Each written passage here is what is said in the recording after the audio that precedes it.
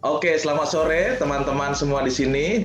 Kami bertiga, saya Agung, founder dari Growing, Mbak Christine dari co-founder dari Growing, dan ditemani tamu kami yaitu Pak Ruslan. Tepuk tangan dulu Mbak Christine, Pak Ruslan dong. Wah, luar biasa nih. Pak Ruslan ini jam terbangnya luar biasa, terutama dalam bisnis. Makanya Pak Ruslan salah satu penggiat entrepreneur ya Pak ya? Oh bener ya Pak ya? Nah, nanti bagaimana cara ngelolanya, kemudian bagaimana strateginya sampai pengalamannya, nanti kita akan coba cerita banyak nih tentang apa sih perjuangan Pak Ruslan. Oke, kita langsung aja kita masuk diskusi Pak. Ini santai banget, nggak ada yang serius-serius banget. Tapi yang penting kita dapat ilmu atau sesuatu yang kita dapat sehingga kita bisa diterapkan dalam kehidupan masing-masing. Oke, mungkin Mbak Christine. Terima kasih sebelumnya Pak Agung dan Bu Christine dan Growing yang sudah memberikan kesempatan saya untuk sharing pada sore hari ini. Sama-sama Pak. Oke, Pak Ruslan, kira-kira sekarang ini Bapak kegiatannya apa sih Pak dalam tahun-tahun terakhir ini Pak? Monggo Pak, kira-kira apa?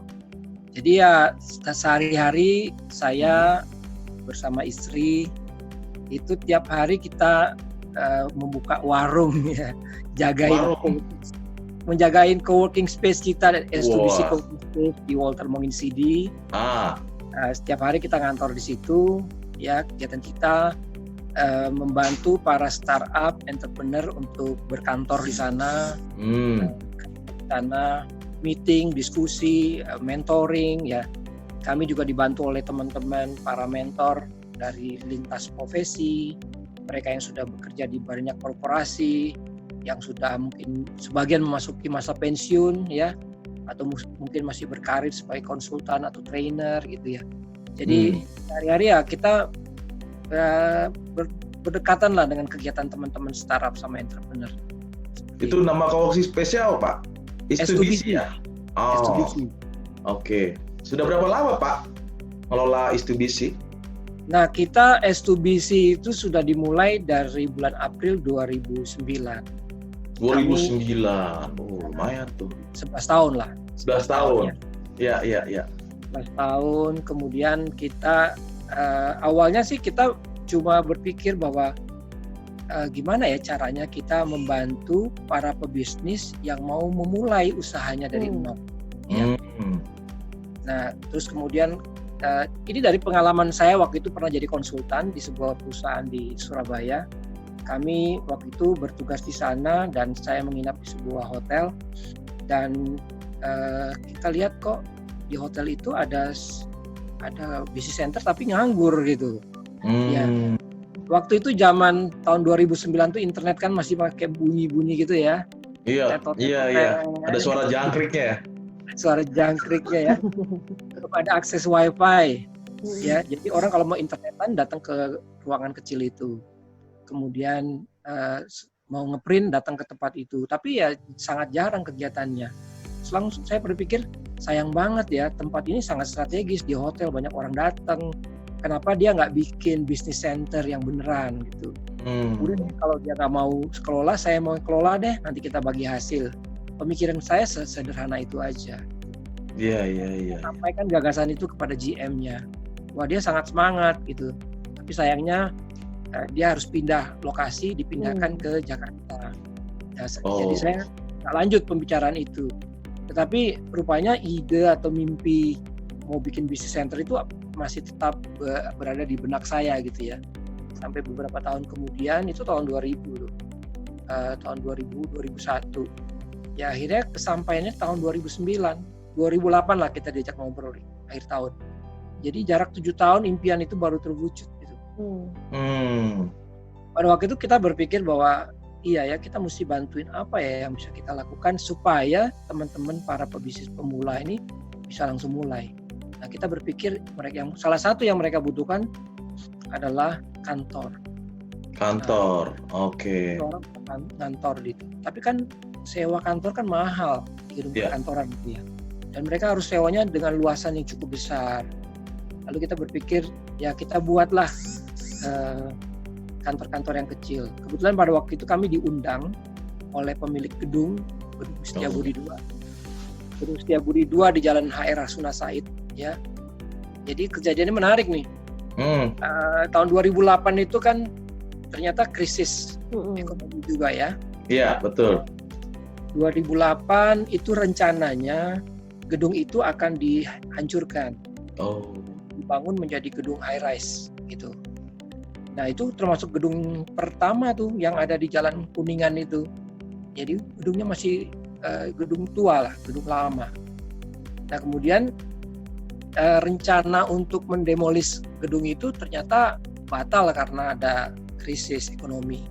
Padahal tenan-tenannya sudah mulai yang mau perpanjang itu ditolak, ya nggak perpanjang. Terus klien-klien yang baru itu juga tidak diterima. Jadi otomatis ruangannya sudah mulai kosong. Tapi begitu tidak jadi dibangun, ya, nah gedung itu kan tetap harus dihidupi lagi. Ya. Akhirnya mereka mencoba untuk memasarkan kembali, tapi kan waktunya lama. Nah, founder atau owner gedung itu dalam rapat manajemen mengatakan bahwa kita mesti membuat sebuah aula, ya, atau center gitu. Terus, tapi mereka kan tidak ada orang yang khusus punya pengalaman mengelola itu atau orang yang khusus bisa menghandle itu. Nah, mereka teringat saya karena pernah saya membantu mereka di gedung yang berbeda. Pada waktu mereka set up business center, saya membantu karena kami punya pengalaman menyewa beberapa tempat seminar di berbagai tempat gedung gitu. Sehingga pada waktu mereka sudah siap, mereka agak kebingungan bagaimana memasarkan dan menentukan pricing-nya. Nah, karena salah satu karyawannya pernah mengikuti seminar saya, dan saya diundang untuk ketemu sama direksinya. Jadi kita ngobrol-ngobrol, jadilah paket-paket yang mereka pasarkan di gedung tersebut. Nah, mereka teringat itu, kejadian itu. Itu tahun 2004 kejadiannya. Dan ini kejadian 2008. Jadi saya diundang kembali, diajak ngobrol, bisa nggak Pak, Bapak, kita rencana di lantai 6 di gedung Setiabudi 2, itu kita bikin business center. Ya, ada area sebesar 500 meter. Saya coba lihat, wah bagus sekali ya, 500 meter masih kosong gitu, kita bisa planning macam-macam gitu. Tapi ternyata setelah dihitung-hitung ongkosnya mahal. Ya, karena yang akan membiayai itu adalah mereka gitu, dari pihak itu. Dan akhirnya bagaimana kalau kita pindah ke lantai 1, Pak? Lantai 1 itu ada mock-up apartemen. Jadi apartemen di belakang gedung Setiabudi 2 itu, Setiabudi Residence, itu kantor marketingnya di gedung itu, di lantai 1. Semuanya kondisinya udah seperti apartemen, namanya juga kan mock-up ya. Jadi ada ruang tamunya, ruang keluarga, ruang dapur, ada kamar tidur, ya. Nah itu kita ditanyain, bisa nggak ini dijadiin business center? Ya namanya entrepreneur ya Pak ya. Alurnya udah nongol Pak ya. Entrepreneur itu kan kalau Pak Sudamek itu CEO-nya Garuda Food itu mengatakan begini. Entrepreneur itu adalah mereka yang mampu melihat peluang, ya, dan mendapatkan peluang itu dan menjadikannya menjadi bisnis yang berhasil. Jadi 3 tuh syaratnya tuh kalau kata Pak Sudamek. Oh, 3 poin. Bisa melihat peluang, bisa menangkap peluang, dan ketiga menjadikannya menjadi bisnis yang berhasil. Jadi kalau orang bilang, saya bisa nangkep peluang nih, kayaknya ada peluang nih. Bisnis di era pandemi ini kayaknya bisnisnya jualan masker nih. Ya. Tapi kalau dia cuma bisa lihat, tapi dia nggak tangkap peluang itu, ya nggak jadi juga bisnisnya kan. Sementara orang udah mulai pada bikin masker yang lain-lain, kelewat dia. Ya. Kalaupun dia bisa nangkep, ya mungkin dia tangkap bisnisnya, tapi dia nggak tahu mau jualan maskernya kemana gitu. Jadi bisnis juga nggak berhasil. Jadi menurut Pak Sudamek, bisnis yang disebut entrepreneur itu harus bisa 3-tiganya. Kemampuan untuk 3-tiga menangkap, melihat, menangkap, menjadikannya menjadi bisnis yang berhasil. Nah pada waktu itu, saya ditawarin gitu ya, karena saya background-nya adalah teknik sipil, ya ngerti-ngerti dikit tentang arsitektur ya. Jadi saya berpikir, ini bisa aja diubah ya, bisa menjadi sebuah business center. Jadi biasanya kita ngomong tuh bisa dulu gitu ya. Bisa nggak? Bisa dulu. Bisa dulu lah. Terbelakangan nih beneran atau gimana Pak ya? Kita belum tahu persis bisanya seperti apa, ya kita belajar dong. Iya, Ya, setuju Pak. kita belajar, apalagi sekarang udah zaman internet ya, begitu habis kelar ngomong kita langsung browsing, googling kan.